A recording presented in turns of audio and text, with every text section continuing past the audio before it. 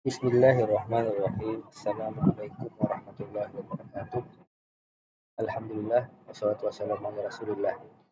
Hari ini kita akan masuk ke topik manajemen bisnis atau pengelolaan bisnis. Ini sebenarnya akan ada mata kuliah yang lebih spesifik di semester 2, tapi di mata kuliah ini di pengantar bisnis kita perkenalkan dulu sebagai mukadimah ya, pengantar biar nanti bisa belajar di semester berikutnya dengan tidak terlalu kaget, sudah tahu ada gambarannya. Karena memang manajemen atau pengelolaan itu ya terkait berbagai hal termasuk juga bisnis. Bismillahirrahmanirrahim. Nah, agenda kita adalah ada definisi manajemen, terus tingkatan manajemen, dan skill yang diperlukan manajer, serta fungsi manajemen. Kita bahas satu persatu. Apa sih manajemen itu? Nah, manajemen adalah proses menarik tujuan organisasi dengan memanfaatkan sumber daya manusia dan sumber daya lainnya. Sumber daya manusia berarti karyawan dan juga orang yang ada di dalam perusahaan, sedangkan sumber daya lainnya berarti bahan baku, aset, dan lain sebagainya. Nah, manajer adalah orang yang mengelola itu. Manajemen adalah pekerjaannya, manajer adalah orangnya. Nah, ini dia tingkatan manajemen. Dan level manajer kita nggak berbicara mengenai staff, tapi berbicara mengenai manajer. Manajer artinya orang yang mengatur, diberi kewenangan mengatur. Maka tingkatan manajemen di sebuah organisasi atau perusahaan ada 3 secara garis besar. Yang pertama adalah top manajemen atau tingkatan paling atas. Itu ada namanya Chief Executive Officer (CEO), termasuk direktur juga di sana. Ada Chief Financial Officer, direktur keuangan. Ada Governor, itu gubernur, mayor tuh wali kota. Atau juga rektor termasuk di situ, top manajemen, presiden juga termasuk di situ. Yang kedua adalah tengah-tengah, middle management. Manajemen yang ada di tengah-tengah, berarti dia punya atasan dan punya bawahan yang berupa manajer juga. Gitu. Regional manajernya regional yang manajer yang mengurusi wilayah, misalnya kayak Bank Mandiri atau Bank BRI, dia punya regional Kalimantan. Gitu. OJK Bank Indonesia punya regional Kalimantan. Jadi itu membawahi kantor-kantor cabang yang ada di bawahnya.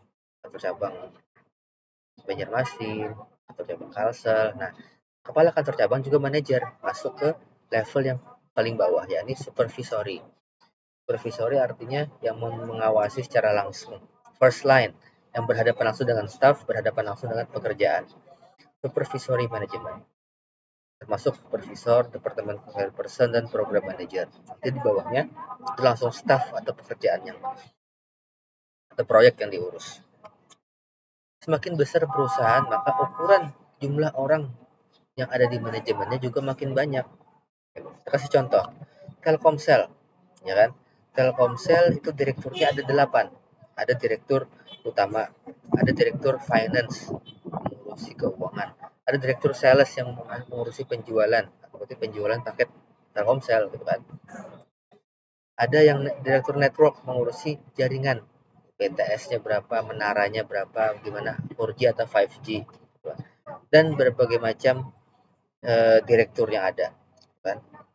Ada 8 orang karena Telkomsel sebagai perusahaan telekomunikasi seluler itu punya banyak urusan, banyak pekerjaan yang harus ditangani, maka direktur top manajemennya itu ada banyak. Nah, tapi ada juga perusahaan atau organisasi yang top manajemennya cuma sedikit, bahkan cuma 1 orang. Dia sebagai top manajemen, dia sebagai karyawannya, sebagai lower manajemen. Contohnya adalah warung, kan? Warung yang ada di sekitar kita, dan mungkin juga di antara kalian ada yang orang tuanya atau keluarganya atau dia sendiri yang punya usaha seperti ini. Jadi kan dia adalah bos, dia juga staff, dia top manajemen, dia middle-nya, dia sekaligus juga supervisorinya. Bahkan dia juga staffnya yang langsung membeli barang dan mengurus barang dari agen-agen kopi, agen-agen rokok, gitu kan, dan lain sebagainya. Nah, ini contoh dari manajemen yang jumlahnya ukurannya kecil. Kalian tadi Telkomsel ukurannya besar, bahkan butuh 8 orang direktur. Setiap direktur punya bawahan lagi, middle manajemennya, regional manager, kepala departemen, untuk yang supervisory dan lain sebagainya. Nah, apa sih skill yang dibutuhkan oleh manajer? Ada 3 secara umum. Yang pertama adalah technical, yang kedua adalah human skill, yang ketiga ketiga adalah conceptual skill. Apa saja sih itu?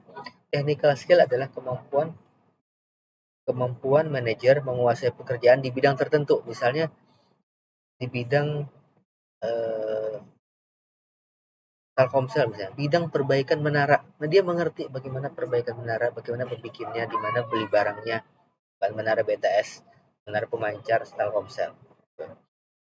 Dia memahami betul pekerjaannya. Dia memahami bagaimana membuat program. Kepala departemen programmer dia memahami itu. Dia memahami pekerjaannya. Yang kedua adalah human skill, kemampuan untuk bekerja bersama orang lain, mengatur manusia dan bekerja bersama manusia lainnya. Kemampuannya adalah contohnya komunikasi, bisa memotivasi, bisa mengarahkan bawahan. Dan juga bisa berkomunikasi dengan atasan. Gitu. Yang ketiga adalah konseptual, artinya memahami konsep secara garis besar. Nah, ini kemampuan membuat konsep, membuat rencana, mengerti bagaimana perusahaan atau organisasinya itu bekerja dalam satu kesatuan. Dia nggak cuma paham mengenai menara, dia memahami hubungan menara pemancar dengan pulsa, bagaimana pulsa dengan karyawan, karyawan dengan pelanggan. Dia memahami itu semua. Nah, konseptual adalah skill yang dibutuhkan di top manajemen. Jadi, kemampuan yang diperlukan sesuai dengan levelnya. Saya kasih contoh, skill dibutuhkan top manajemen, manajemen yang atas. Maka paling banyak adalah konsep, karena dia adalah sebagai pemimpin. Dia harus memahami konsep, jangan sampai dia terlalu banyak memahami teknik. Tapi ya, seorang top manajemen biasanya berawal mengawali karirnya dari teknikal, dari staf yang paling bawah yang kemampuan tekniknya paling banyak. Nanti ketika dia karirnya meningkat, maka dia makin membutuhkan konsep skill human, berkomunikasi dengan orang lain, dan juga skill konseptual, memahami rencana, bisa merencanakan, bisa memahami konsep dari pekerjaannya. Jadi ketika dia top manajemen, maka seperti piramida ini paling bawah dan paling besar adalah kemampuan konseptual merancang sebuah visi dan misi sebuah perusahaan. Baru teknik dia harus memahami juga. Bahkan seorang bos biasanya berawal dari karir yang paling bawah kan. Gitu. Nah, sebaliknya, bagi manajemen yang tingkatan bawah atau supervisory management atau first line, itu yang paling dibutuhkan adalah yang paling dasar, paling banyak adalah teknikalnya. Dia harus memahami teknik pekerjaannya. Dia seorang departemen programmer, sebagai manajer program, departemen programmer, maka dia harus memahami cara memprogram supaya dia bisa mengarahkan anak buahnya. Tapi dia juga harus paham secara konsep, meskipun nggak terlalu banyak. Maka kemampuan konseptualnya itu sedikit.